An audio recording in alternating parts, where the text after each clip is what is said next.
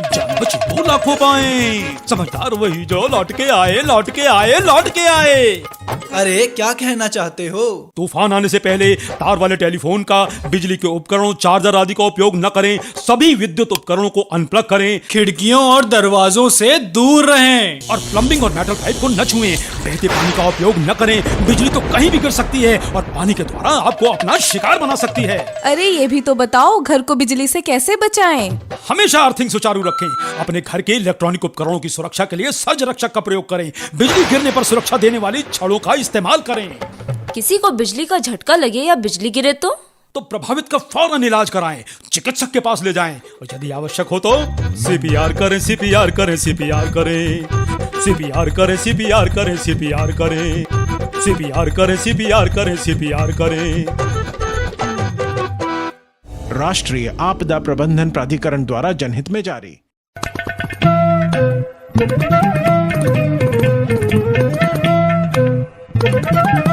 नमस्कार, देवरिया की आवाज रेडियो केसरी से प्रस्तुत है स्थानीय हालचाल। पहले मुख्य हालचाल। इलाज के दौरान महिला की मौत, परिजनों में चीख पुकार। सभासद प्रतिनिधि को जान से मारने की मिली धमकी, पुलिस जांच में जुटी। बारिश को लेकर बढ़ने लगा नदियों का जलस्तर, लोगों में भय व्याप्त। पश्चिम बंगाल की घटना पर महिलाओं का विरोध। 50,000 के इनामी अपराधी को पुलिस ने महाराष्ट्र से किया गिरफ्तार। स्थानीय हालचाल के इस अंक के साथ मैं निकेत मिश्र। अब हालचाल विस्तार से।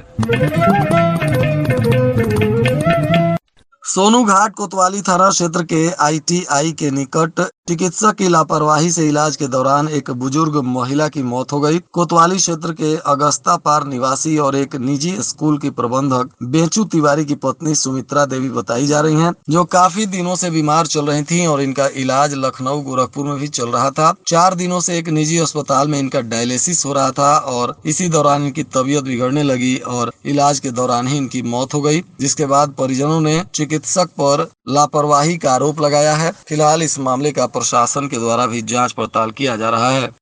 इधर भटनी नगर के ठाकुर जी कुटी वार्ड के सभासद प्रतिनिधि और उनके परिवार को एक युवक ने जान से मारने की धमकी दी है। फेसबुक से मिली धमकी पर पीड़ित साक्ष्य के साथ पुलिस से शिकायत किया है। पुलिस अब आरोपी की फेसबुक अकाउंट का जांच कर रही है ताकि आरोपी पर कड़ी कानूनी कार्रवाई की जा सके। बताया जा रहा है कि सभासद प्रतिनिधि लाल बिहारी प्रजापति हैं, जो एक दुकानदार हैं। वह बच्चों को ट्यूशन भी देते हैं। शैलेश कुमार नाम के एक युवक ने फेसबुक पर उन्हें दुर्व्यवहार करते हुए जान से मारने की धमकी दी है। पुलिस अब मामले की तफ्तीश कर रही है।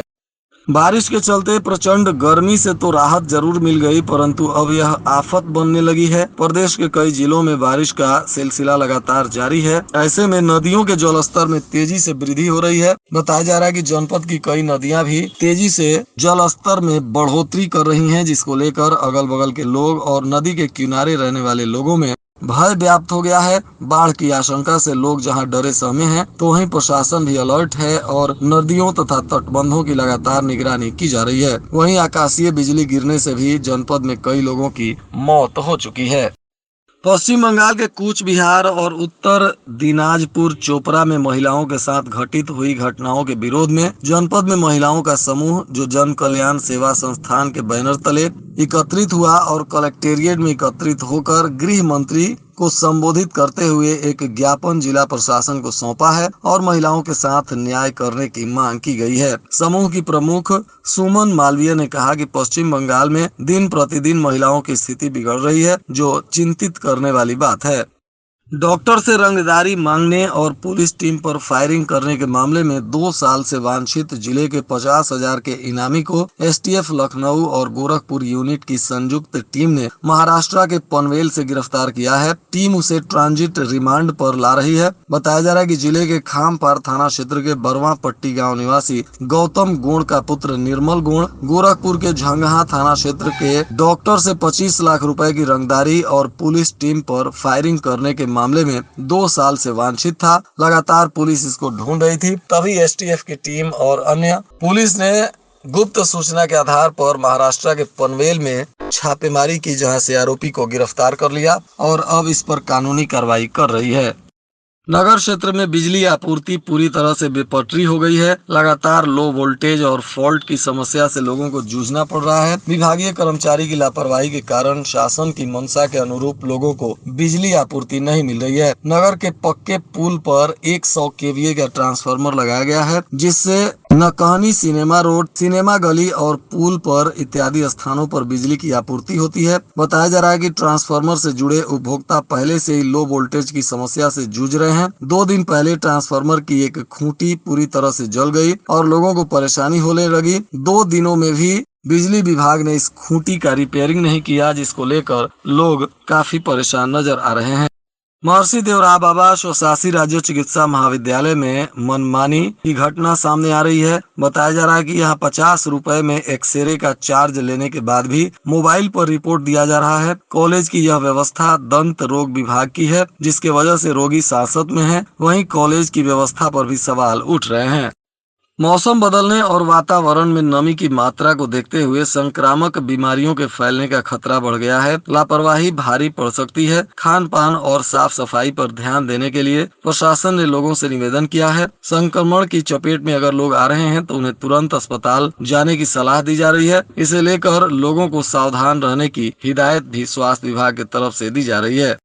मेहरौना घाट लार थाना क्षेत्र के एक गांव का युवक जो रूस में संदिग्ध परिस्थितियों में उसकी मौत हो गई है। इसकी जानकारी होने पर परिजनों में चीख पुकार मच गया है। बताया जा रहा है कि लार थाना क्षेत्र के नदौली गांव निवासी मुख्तार यादव कुछ दिनों से वतन से दूर रूस में रहते थे। वह पाइप फिटिंग का काम करते थे। अब रूस में ही उनकी मौत हो गई है। मुख्तार घर के इकलौते कमाऊ सदस्य थे। अचानक ऐसी दुखद खबर सुनकर परिजन दहाड़े मारकर रो रहे हैं। साथ ही गाँव में भी मातम छा गया है।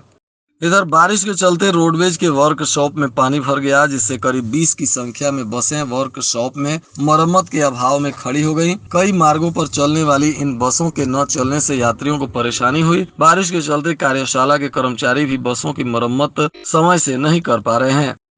बरियारपुर क्षेत्र के बरैठा गांव के विद्यालय में पानी भरने की वजह से बच्चों की संख्या बहुत कम हो गई है। यहाँ परिषदीय विद्यालयों में बच्चों की संख्या बढ़ाने के लिए शासन प्रतिवर्ष नए नियम अपना रहा है, लेकिन यहाँ तो विभागीय लापरवाही से ही बच्चों की संख्या काफी कम है। क्षेत्र में हुई बरसात से सदर विकास खंड के प्राथमिक विद्यालय बरैठा का विद्यालय परिसर गेट तक पानी भरा हुआ है। बच्चों सहित शिक्षकों को भी पानी से होकर जाना पड़ता है, जिसके वजह से बच्चों की संख्या कम हो गई है।